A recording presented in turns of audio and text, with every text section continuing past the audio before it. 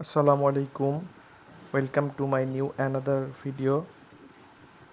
আপনারা সকলেই কেমন আছেন? আশা করি সকলেই অনেক ভালো আছেন। সকাল সকাল বেরিয়ে পড়লাম ঢাকার উদ্দেশ্যে। ঢাকাতে যাওয়ার উদ্দেশ্য একটাই, আমাদের 4টা বিড়ালের মধ্যে 2টা বিড়াল সেল হয়েছে, সেগুলা ঢাকায় পার্সেল হিসেবে হ্যান্ডওভার করতে যাচ্ছি। রওনা হওয়ার পরে বিড়ালগুলোকে শেষবারের মতো দেখে নিচ্ছি সব কিছু ঠিকঠাক আছে কি। বিড়ালের বাচ্চাগুলো বাসা থেকে একেবারেই চলে যাবে তা বুঝতে পেরে ঠিকঠাক মতো কাছে আসতেছে না, খাবার খাচ্ছে না, সব সময়ের জন্য মন খারাপ করে বসে থাকছে।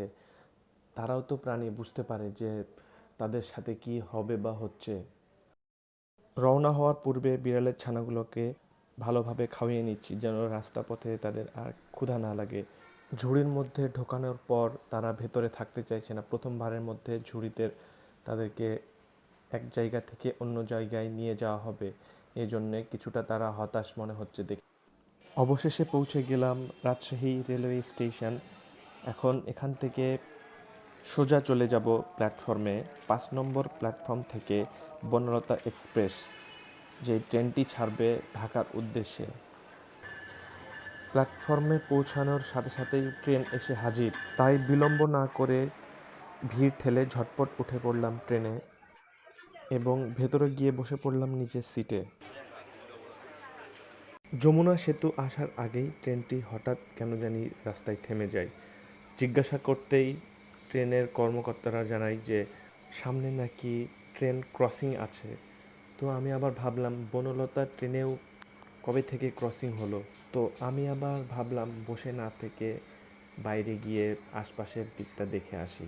বাইরে যেতেই হঠাৎই একপাশে একটি জিনিস চোখে পড়লো, যে অনেকগুলো সোলার প্যানেল লাগানো আছে বেশ কয়েক কিলোমিটার জুড়ে, যেখান থেকে সৌরশক্তির মাধ্যমে বিদ্যুৎ উৎপন্ন করে।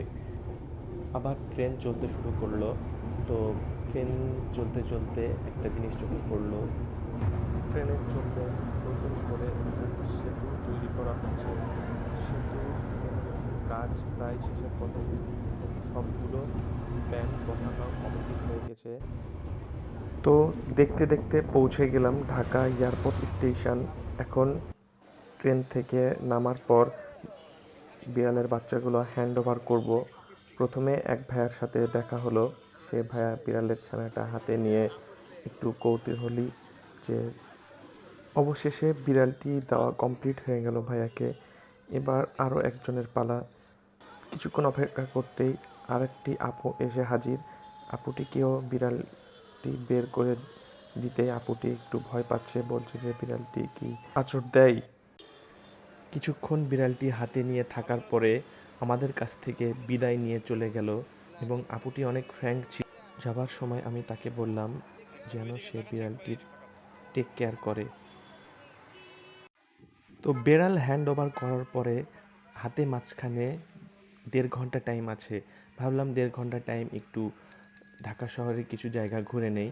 তার মধ্যে উত্তরা, রাজলক্ষ্মী গিয়ে হালকা কিছু শপিং করব। তো রাস্তা থেকে নামার পরে ফ্লাইওভারের ওপর থেকে কিছু ভিডিও করে নিলাম রাস্তার এপাশ এবং ওই পাশ। মার্কেটে পৌঁছানোর পর কিছুক্ষণের মধ্যেই সময় শেষ হয়ে যাওয়ায় কোনো কিছুই তেমন কেনাকাটা হয়নি। তাই ভাবলাম কেনাকাটা না করে জলদি করে স্টেশনে গিয়ে পৌঁছাই, তা না হলে আবার ট্রেন মিস হবে। স্টেশনে পৌঁছানোর সাথে সাথেই ট্রেন পেয়ে গেলাম, তাই বিলম্ব না করে আবারও ট্রেনে উঠে গেলাম। তো আজকে এই পর্যন্তই। পরবর্তী ভিডিও নিয়ে আবারও আপনাদের সামনে হাজির হব ইনশাআল্লাহ। আসসালামু আলাইকুম ওয়া রাহমাতুল্লাহি ওয়া বারাকাতুহু।